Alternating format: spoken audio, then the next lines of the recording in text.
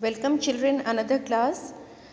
In our last class we did the chapter adverb where we came to learn what is an adverb. An adverb is a word that is added to an adjective or even another adverb to make it more meaningful.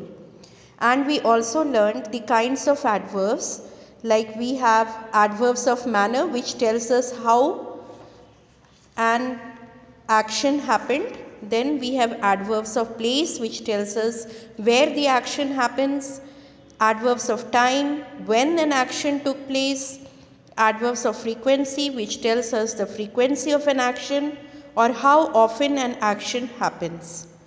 And also at last we learnt adverbs of degree to how much extent or how much of an action happened.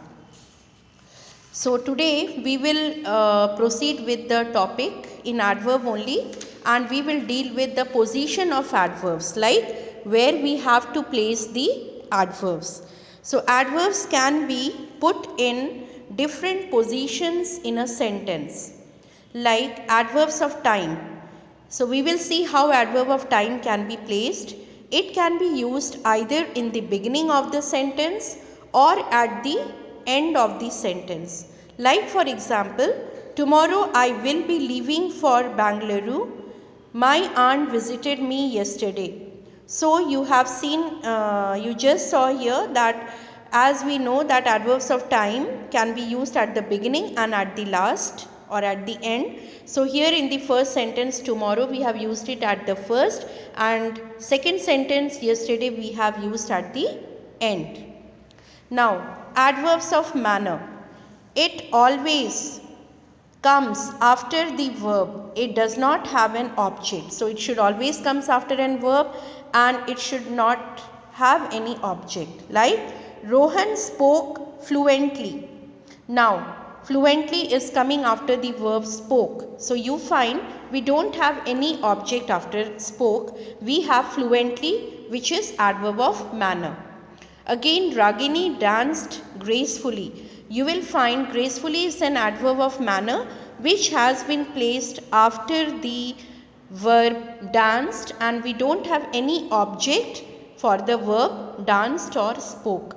Directly we are writing the adverb which is adverb of manner. Then we have adverbs of place. It can be placed after the object or the verb. So this adverb of place can be placed after the object or the verb, like Rama went outside. So here you can see outside we have used after the verb went.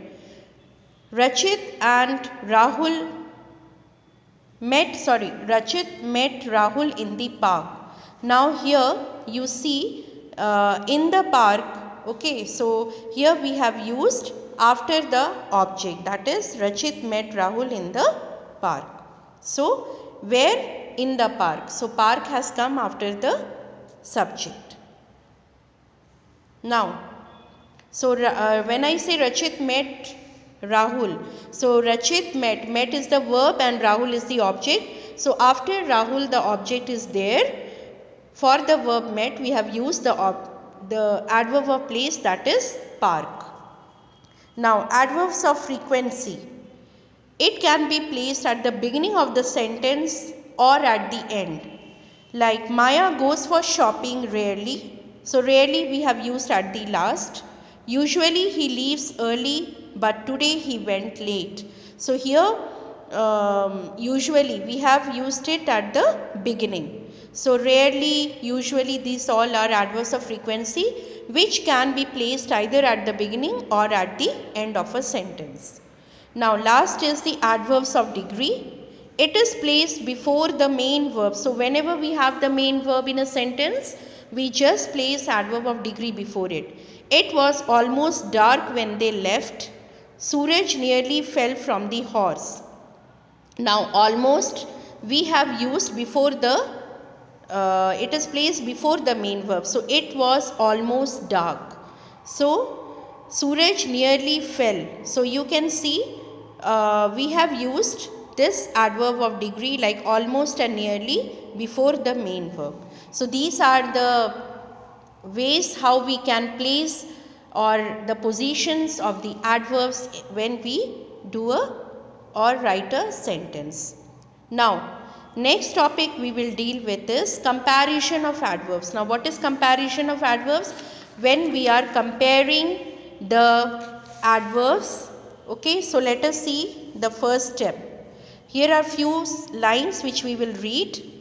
Hira walks fast, Maya walks faster, Bela walks the fastest. Next is Neeraj is handsome, Pankaj is more handsome, Amrit is the most handsome. Now, in the above sentences, you can see that adverbs are being compared like adjectives. So, adverbs too have degrees of comparison: positive, comparative and superlative. Now, when I say Hira walks fast, it is positive. It means that we are only appreciating, we are telling the good quality of Hira, that he walks fast. So, here we are talking about a single person. But when I say Maya walks faster, now we have added ER, that is comparative degree. That means we are comparing Maya with someone. So, when we compare between the two, we use comparative degree. So, we are generally using ER form of verb, that is faster. But what is superlative? When we say that the person is best of all, when we compare with all the people, we use superlative. So, Bela walks the fastest. So, fast, faster, faster, this way. And even like handsome, we cannot say handsomer. So, for that, handsome means Neeraj is a handsome, we are telling about one boy. But when I say Pankaj is more handsome, means we are comparing Pankaj with some other person. So, more we have used.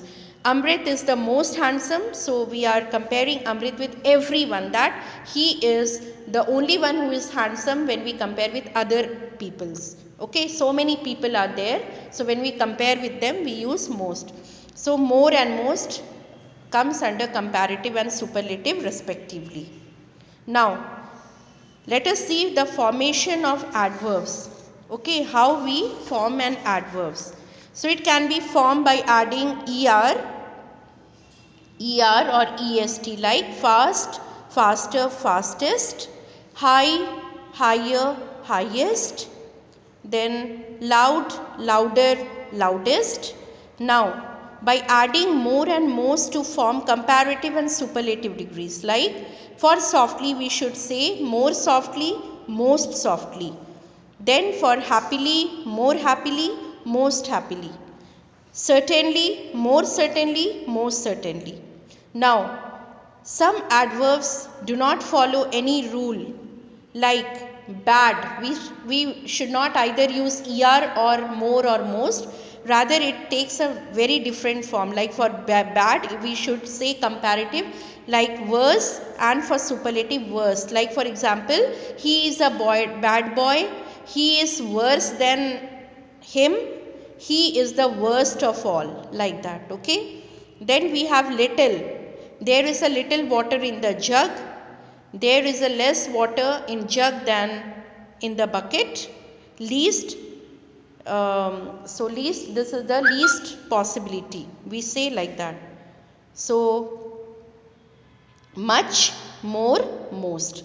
So you have to use such degrees when we are using it. So children, I hope today you learnt about the position and the comparisons of adverbs. So you go through all the examples and learn it by heart.